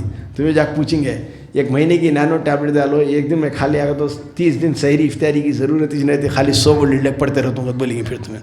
نہیں، اسے بہت پابندی کے ساتھ بہت ساری محنتوں مشقتوں سے گزرنے کے بعد اس نینو فوڈس کو دیتے ہیں جو ٹیبلٹ. اس کے کھانے کے بعد ان کو فضلہ بھی نہیں آتا، نہ بڑی طہارت نہ چھوٹی طہارت، نہ پیشاب نہ پاخانہ. تو ایسے فوڈس میں رہ کر وہ طاقت تو وہی جسم کو حاصل ہوتی ہے، وہ رہ کر واپس آتے ہیں.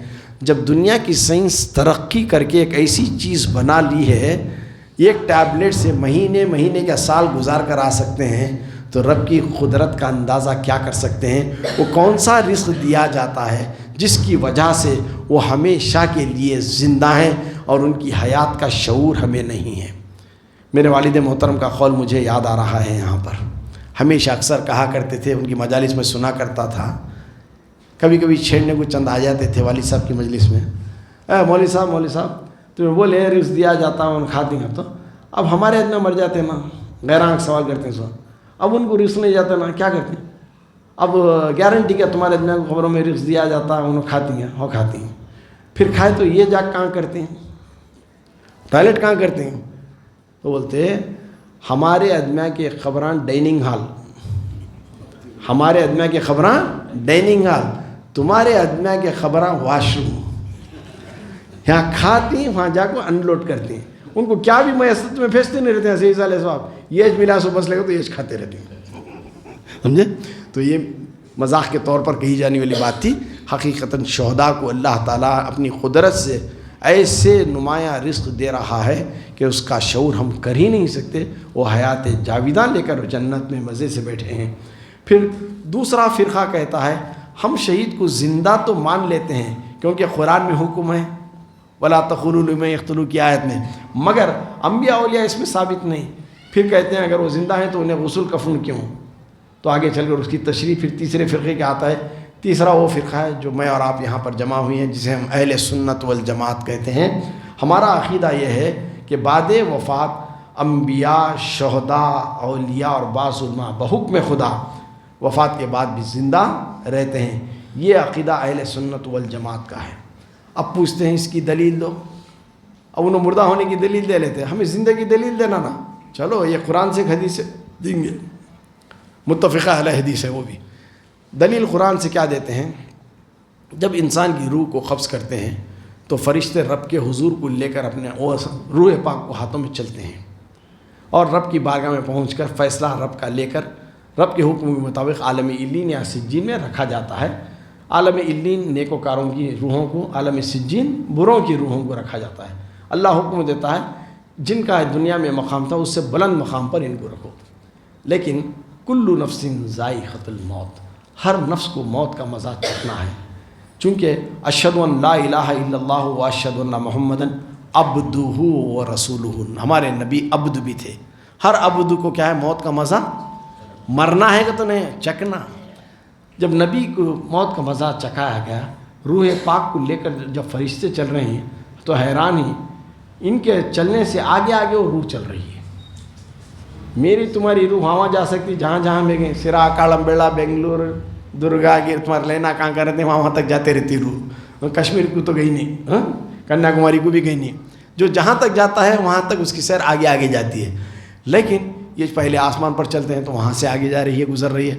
دوسرے ساتویں آسمان سدرا سے آگے قاب قوسین فتح اللہ کے مقام سے آگے چلتی ہے. رب کے حضور میں بھی قریب چلی گئی تو پریشان، اے اللہ یہ کیسی روح پاک ہے، یہ کیسی روح پاک ہے جو ہمارے سے پہلے چلی آ رہی ہے.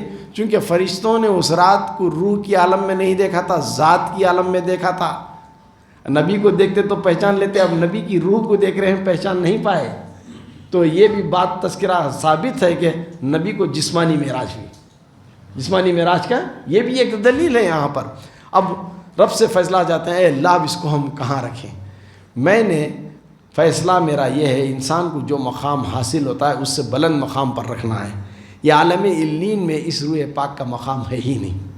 عالم علین سے اعلیٰ سے اعلیٰ مقام جتنا ہے یہ نبی کی روح پاک سے نچلا مقام ہے. لہٰذا اس کا مقام وہی ہے، جہاں سے لائے ہو وہیں پر رکھ دو، جہاں سے لائے ہو وہیں پر رکھ دو. پھر لاتے ہیں قبر نبی صلی اللہ تعالی وسلم میں، اس روح کو جسد نبی میں رکھ دیتے ہیں. یہ حیات النبی ہے. اسی لیے نبی نے فرمایا جب تم مجھ پر درود پڑھتے ہو تو میں خود تمہارے درود کو سنتا ہوں، میں خود تمہارے درود کو سنتا ہوں. تو یہ دلیل ہو گئی معراج کے تذکرے سے. دوسری دلیل کیسے نبی زندہ ہیں، وہی معراج کا تذکرہ. چلو جب مسجد اقصیٰ سے سرکار جب آسمانوں کی سفر پر چلے یا مسجد اقصیٰ کے سفر پر چل رہے تھے تو موسیٰ نبینا علیہ السلام کو ان کی قبر میں نماز پڑھتے ہوئے دیکھا. کس حالت میں دیکھا؟ اب بتاؤ، زندے نماز پڑھتے ہیں یا مردے؟ زندے نماز پڑھتے ہیں. تو نبی زندہ ہیں اپنی قبروں میں. اس کی دلیل خود نبی پاک فرماتے ہیں جب انسان مر جاتا ہے 3 یا 5 دن میں اس کی لاش سڑ گل جاتی ہے، لیکن مٹی کو حرام قرار دے دی گیا انبیاء اور رسولوں کی جسدوں کو کھانے کے. تو اسی لیے ان کا جسد مبارک ویسے ہی رہتا ہے اور انہیں حیات جاویداں عطا کی جاتی ہے. تو الغرض یہاں پر یہ تذکرہ جب ہونے کے بعد 3 دلیلیں، 3 دعوے تھے، 3 دلیلیں پیش کی گئیں. اب میں یہاں پر بالکل مخصوص توجہ چاہتا ہوں ہمارے مصطفیٰ حضرت کی. بارہا ہمارے مفتی احمد صاحب کے سامنے رکھے تھے اس بات کو، میرے سامنے بھی رکھے کئی بات، اور کئی کے بعد لیکن تسلی بخش شاید جواب نہیں مل پا رہا تھا. اللہ کرے کہ آج میں مرشد گرامی سے جو آج اخذ کیا ہے، حاصل کیا ہے، اگر اس بات کو کھول دوں تو تاکہ جو خلل ہمارے دماغوں میں رہتا ہے وہ بھی آسان ہو جائے. انسان میں قدرت نے 2 روحیں رکھی ہیں. انسان میں قدرت نے 2 روحیں رکھی ہیں. ایک کا نام ہے روح سلطانی، ایک کا نام ہے روح سلطانی. روح سلطانی کا ہیڈ کوارٹر دماغ ہے، روح سلطانی کا ہیڈ کوارٹر دماغ ہے. اور دوسری روح ہے روح حیوانی. روح حیوانی کا مرکز ہمارا دل ہے. روح سلطانی کا مرکز کیا ہے؟ دماغ. روح حیوانی کا مرکز کیا ہے؟ دل ہے. نیند کو آدھی موت کہتے ہیں یا نہیں؟ مصطفیٰ کی زبانی 12 مہینے سنا. نیند کو آدھی موت کیوں کہا جاتا ہے؟ حالت نیند میں اسے کیا بھی خبر نہیں رہتی، کیا سویا ہے، کیا کرا ہے، کہاں سے نہیں، کہاں سے آواز نکالا، اسے اس کی خبر ہی نہیں. اٹھے بعد میں بولنا سو کیا رہے یہاں سے ایسے ایسے آواز نکالتا تھا. تو مشیر کے بعد اسے تو بولتے ہیں صبح کو گرنی کی مشین چلائے سر کا گر گر گر گر گر چلاتے تھے نا آواز کا. تو صبح ہم بولتے ہیں میں کہاں کرے آواز کرتی ہوں. الغرض جب ہم سوتے ہیں تو ہمارے جسم سے روح سلطانی کو نکال دیا جاتا ہے. روح حیوانی رہتی ہے چونکہ دل کا دھڑکنا بند نہیں ہوتا. روح حیوانی کا تعلق دل سے ہے، روح سلطانی کا تعلق دماغ سے. اسی لیے نیند میں دماغ کیا بھی سوچتا نہیں ہے. کہاں زیادہ سوچتا تو رکعت بھر کو کھڑتی نہ آپ پورا کیا کیا ہے وہاں سوچ ڈالتا رہتا ہوں، کیا کیا یاد کرنا، کیا کیا بھول گئے سو یاد کرتا. لیکن نیند میں نہیں. نیند میں تمہاری روح سلطانی جب چلی جاتی ہے تو تمہارا وضو بھی ساخت ہو جاتا ہے اور تمہارا دیکھا ہوا خواب کا بھی اعتبار نہیں رہتا کہ وہ سچ ہے یا جھوٹ ہے. لیکن انبیاء کے رسولوں کے ساتھ بھی دو روحیں ہوتی ہیں. یہ روح جسم کے ہر رگ میں اس طرح گھل مل گئی ہیں جیسا خوشبو پھول میں، جیسا خوشبو پھول میں، جیسے انگارے میں آگ روشنی، تو اس طرح جیسے ہمارے جسم میں انرجی ہے، جسم میں انرجی ہے. کسی تو بولتے ہیں تیرے جسم میں طاقت ہے، کہہ رہے ہوتے او ہے کہاں دکھ رہا ہے، دیکھ رہے ہیں کہتا. اب یہ کاٹ کو دکھتا ہے طاقت، گردہ دکھاوت کاٹ کو دکھاتے ہیں، دل، پھیپڑے، انتڑا، کلیجی، بوٹی، کیا کیا سب دکھا ڈالیں گے. طاقت کہاں ہے کھول کو دکھا کر تو پورا چیر کو باڑھ ڈالے تو تالو سے تلوے تبھی تمہیں نہیں دکھا سکتے ہیں. لیکن اس کا انکار نہیں کر سکتے، تمہیں ہے طاقت ہے، اسی لیے میں ہر کام انجام دے رہا ہوں. طاقت ہے میں بول رہا ہوں، طاقت ہے میں دیکھ رہا ہوں، طاقت ہے میں سن رہا ہوں، طاقت ہے میں ہر کام کر رہا ہوں. یہ طاقت جسم میں نہ ہوتی تو نظر نہیں ہے، نہ میں کچھ بھی نہیں کر سکتا. مانتا ہوں، حقیقت کو ٹھکراتا نہیں ہوں، لیکن میں دکھا نہیں پاتا ہوں. اسی طرح روح سلطانی اور روح حیوانی ہمارے جسم کے ہر رگ میں خون کے ریشے روشوں میں سرایت کر گئی ہے، لیکن ہم دکھا نہیں پاتے ہیں. جب ہم سوتے ہیں تو ہماری روح سلطانی باہر آ جاتی ہے، ہماری ذات سے اس کا تعلق نہیں رہتا. لیکن فرق انبیاء اور رسولوں کا یہ ہے، جب وہ سوتے ہیں تو ان کی روح سلطانی بھی باہر آتی ہے، لیکن انہیں چھوڑ کر نہیں جاتی. بحکم خدا انہیں چھوڑ کر نہیں جاتی، تسلسل باقی رہتا ہے، اسی لیے ان کا وضو نہیں ٹوٹتا ہے. جاگنے میں جو احکام انہیں رائج ہوتے ہیں، سونے میں بھی وہی احکام رائج ہو جاتے ہیں. اسی لیے نبیوں کو حالت خواب میں بھی وہی نازل ہوئی، چونکہ ان کا سونا وہ سونا نہیں ہے جو ہمارا سونا ہوتا ہے. اگر حالت خواب میں ابراہیم نبی انا نے دیکھا تھا نا اپنے بیٹے کو ذبح کرو، یہ وہی تھی نا. کیا یہ بول رہا لے کہ اے اللہ میں تو بندہ ہوں؟ یہ روح سلطانی چلی گئی تھی، خواب دیکھا تھا، خواب کو سچ کر دکھایا، خواب کو سچ کر دکھایا. لیکن انسان کی روح حیوانی کو جب نکالا جاتا ہے تو اب اسے کیا کہتے ہیں؟ مردہ، فوت ہو گیا. اب اس کی یہ روح حیوانی کو مقام علین یا سجین میں اس کے گناہوں یا نیکیوں کے بنا پر اس مقام پر رکھا جاتا ہے. لیکن روح سلطانی کہاں جاتی ہے اس کا پتہ نہیں، اس کا پتہ نہیں. بہت تحقیق کرنے والوں نے کہا روح حیوان، روح سلطانی ہی آیا جایا کرتی ہے. اب ہم آج فاتحہ دل ہے نا، ہمارے مرحومین گھروں پر آتے ہیں اور ترستے ہیں، کون سی روح آتی ہے؟ وہ یہ روح سلطانی آتی ہے، روح حیوانی نہیں. روح سلطانی آیا کرتی ہے. جب ہم قبرستان میں چلے جاتے ہیں السلام علیکم یا اہل القبور کہتے ہیں تو روح سلطانی جواب دیتی ہے، جو ہم سن نہیں سکتے، جو ہم سن نہیں سکتے. تو یہ دو روحوں کا تعلق ایک جسم کے ساتھ ہے، روح سلطانی اور روح حیوانی. تو پھر آگے باتیں ہوتی ہے، انبیاء کی روح سلطانی جب نکالی جاتی ہے تو اس کی ساری چیزیں کنیکٹیوٹی باقی رہتی ہے. کنیکٹیوٹی کیا رہتی؟ باقی رہتی ہے. لیکن ہماری کنیکٹیوٹی کیا ہو جاتی ہے؟ زائل ہو جاتی ہے. پھر جب نیند سے جاگ جاتے ہیں تو پھر بحکم خدا اس روح سلطانی کو ہمارے دماغ میں ڈالا جاتا ہے. پھر سوچ و فکر کرنے کی قوت ہم میں پیدا ہو جاتی ہے. آج اسی کو تحقیق کر کے موبائل جو کر رہی نا تمہیں جو کر رہی ہیں، اس میں سارا آڈیو ویڈیو قید ہو رہا ہے کیا نہیں؟ کل روز محشر ہماری گناہوں کی وجہ سے ہمیں دوزخ کی بھیانک آگ میں ڈالا جائے گا تو بندہ بولے گا اللہ میں کریا نہیں ہے کیا بھی تو مجھے کہیں کو جلا رہا. مجھے وہ آیت قرآنیہ یاد نہیں آ رہی ہے، رہبری فرما دیں تو بہت اچھا ہے. بالکل ٹکراتی ہوئی آیتیں خیال میں آ رہی ہیں، صحیح آیت نہیں. تمہاری آوازوں کو قید کیا گیا ہے، حتیٰ کہ تمہارے حرکات و سکنات کو بھی قید کیا گیا ہے. کل تمہیں روز محشر اسے دکھایا جائے گا.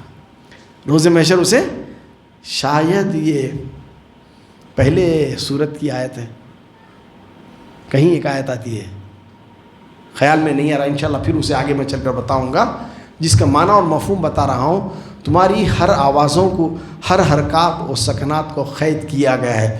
مطلب دماغ میں سب کچھ میمورائز ہوتا ہے. روح سلطانی کا تعلق کس سے ہے؟ دماغ سے ہے. اب اسے لے جا کر کلاؤڈس میں رہتے ہیں. روح سلطانی کہاں رہتی ہے؟ کلاؤڈس. موبائل کا جاننے والے آپ سب جانتے ہیں، کلاؤڈس کا تو ایک ایپ ہے، کیا بھی تمہیں ڈاٹا ہراس کر ڈالو کلاؤڈ سے لے سکتے ہیں. اگر میں میرے پردادا کی آواز کو سننا چاہتا ہوں تو میں کلاؤڈ سے حاصل کر سکتا ہوں. یہ ٹیکنالوجی ہے. سرکار دو عالم صلی اللہ تعالی وسلم اپنے صحابہ کے درمیان کیا باتیں کی تھیں، ان باتوں کو بھی ہم سن سکتے ہیں سرکار کی آواز کے ساتھ میں. سارے کہاں محفوظ ہیں؟ کلاؤڈس میں. یہ سارے کلاؤڈس میں محفوظ ہیں. ایک ٹیکنالوجی ہے، اس کا تعلق یہی دو روحوں سے ہوتا ہے، روح حیوانی اور روح سلطانی. تو الغرض جب یہ سب ہو گیا تو اب بات حضرت امام حسین رضی اللہ تعالیٰ عنہ کا تذکرہ کیا صرف خانقاہ سبحانیہ میں ہو رہا ہے؟ نہیں نا. تمہارے شہر سیرا میں کئی ایسے گھر میں جہاں روزانہ مجالس سجائی جاتی ہے. یاد حسین شہدائے کربلا کی محفلوں کو سجایا جاتا ہے، بہت ذوق سے، بہت شوق سے سارا تذکرہ شہادت کا سنایا جاتا ہے. ویسے آپ دیکھے ہیں یا نہیں دیکھے، وہ 10 دن کا پروگرام بھی میں نے آپ کو گروپ میں ڈال دیا تھا. سارا معرکہ کربلا پورا شہادت تک کا. پھر میں اس بات کو نہیں جانا چاہتا. اب میں آنا چاہتا ہوں میرے اس پہلے خطے پر، شاہ است حسین بادشاہ است حسین، دین است حسین دین پناہ است حسین. مسجد نبوی ہے، سرکار دو عالم صلی اللہ تعالیٰ علیہ وسلم حالت نماز میں ہے. بندہ جب دنیا کے کاموں سے کٹ کر مسجد کو یا نماز کے لیے چلا جاتا ہے تو قرب خدا اسے حاصل ہوتا ہے، میسر ہوتا ہے. اور قرب اسے حاصل ہوتا ہے جب وہ قیام میں کھڑ جاتا ہے. اور قرب خدا اسے میسر اس وقت ہوتا ہے جب وہ رکوع میں چلا جاتا ہے. اور خاص الخاص قرب رب کا اس وقت ہوتا ہے جب بندہ سجدے کی حالت میں چلا جاتا ہے اور فرماتا ہے سبحان ربی الاعلیٰ، سبحان ربی الاعلیٰ، اے بولا تو رب بہت اعلیٰ ہے، میں نچلا ہوں، میں اپنی پیشانی کو خم کر دیا ہوں اعلیٰ کے آگے، تو اتنا عظیم ذات ہے تیری. اب اس سجدے کی حالت میں ہے اور سیفسٹ پوزیشن ہے. امام حسین کا بچپنا ہے. امام حسین پیٹھ پر سوار ہو گئے. اب ہمیں میں گھوڑا کر لے پھرتا نا بچوں کو، ویسا پیٹھ پر سوار ہو گئے. اب نبی ہیں، تسبیح پڑھ رہے ہیں، پیٹھ پر سوار ہیں. نبی دیکھ رہے ہیں کیا؟ میں اور تمہیں سجدے میں کیا دکھتا ہم نا؟ زمین دکھتی، ذرا آس پاس کی جگہ دکھتی. پیٹھ یا پیچھے کیا دکھتا؟ نہیں دکھتا نا. اب پیٹھ پر نبی نے دیکھ لیا حالت سجدہ میں. وہ نبی کی آنکھ تھی، وہ نبی کی آنکھ تھی. کیا دیکھا؟ کون ہے وہ بھی دیکھ لیا، حسین. نبی نے سجدے میں سر جھکایا تھا خدا کے واسطے. یہاں جملہ دے رہا ہوں، نبی نے اپنا سر جھکایا تھا خدا کی رضا کی خاطر حالت نماز میں، اور سر نہیں اٹھایا خیال حسین میں. سر نہیں اٹھایا خیال حسین میں. اب حسین دنیا ہے یا دین ہے مجھے بتاؤ. حالت نماز میں دنیا کا خیال آنا نماز کو فاسد کر دیتی ہے. اگر حسین کا خیال، اگر کوئی کہے کہ بندے کا خیال آیا تو پھر کوئی کہہ کر دیکھے کہ نبی کی نماز قطع چلی گئی. جرأت نہیں ہے. اس کو سمجھنے کے لیے مولا کائنات کی شہادت کا منظر یاد کرو. پیدائش خدا کے گھر میں اور شہادت بھی خدا کے گھر میں. کیسی حسین ذات ہے. کسی کو یہ لمحہ میسر نہ ہوا تھا، نہ ہوا ہے، اور انشاءاللہ نہ ہوگا صبح قیامت تک. صرف مولا علی کی ذات تھی. قاتل نے پیٹھ میں خنجر گھوم دیا تھا. صحابہ نکالنے چھو بھی لیتے تو درد سے تڑپ جاتے تھے، چیخ کو پکار اٹھتے تھے، اتنا درد ہوتا تھا زہر کا. لیکن علی نے کہا اے میرے صحابہ، اے میرے ساتھیوں، اے صحابیوں، نبی کے چاہنے والوں، میرے عشق میں مبتلا رہنے والوں، میں جب نماز کے لیے کھڑا ہو جاؤں تو تم آسانی سے نکال دینا، تم آسانی سے نکال دینا. چونکہ قرب خدا میں اتنا قریب ہو جاتا ہوں کہ الصلاۃ معراج المومنین، الصلاۃ معراج المومنین. مجھے دنیا کا خیال ہی نہیں، میرے پیٹھ پیچھے تم کیا کرتے ہو مجھے دنیا کا خیال ہی نہیں رہتا. ہوا بھی یہی حالت نماز میں. قیام میں حضرت علی کھڑ گئے، پوری طاقت زور لگا کر خنجر نکالا گیا. نہ درد ہوا، نہ چیخ و پکار ہوئی. رب کے حضور میں مہو تھے، اس کے جلوے میں وہ مہو تھے. خیال دنیا نہیں تھی، لیکن کیا تھا؟ خیال خدا تھا. اب حسین سوار ہیں. حسین کو دنیا نہیں دیکھا. مجھ سے حسین ہے اور میں حسین سے ہوں. جو مجھ سے محبت کرتا ہے، جو حسین سے محبت کرتا ہے، وہ خدا سے محبت کرتا ہے. تو نبی نے بتا دیا میرا اٹھنا گویا ظاہر میں حسین کا گرنا نظر آئے گا، لیکن حقیقت میں وہ دین کا گرنا ہو جائے گا۔ میدان محشر میں میں میرے پیٹھ پر اس وقت تک سنبھالے رکھوں گا جب تک پوری استقامت میرے حسین کو حاصل نہ ہو جائے گی۔ حسین دین ہے اور دین کو پناہ دینے والی ذات بھی حسین ہے۔ خواجہ اجمیری میرے جد اعلیٰ ایسا ہی سوچ کر نہیں کہ ان کے معاملے کا شعر کوئی صبح قیامت تک لا ہی نہیں سکتا۔ اور بے شک نبی نے سر جھکایا تھا خدا کے واسطے اور سر نہیں اٹھا رہے ہیں حسین کے واسطے۔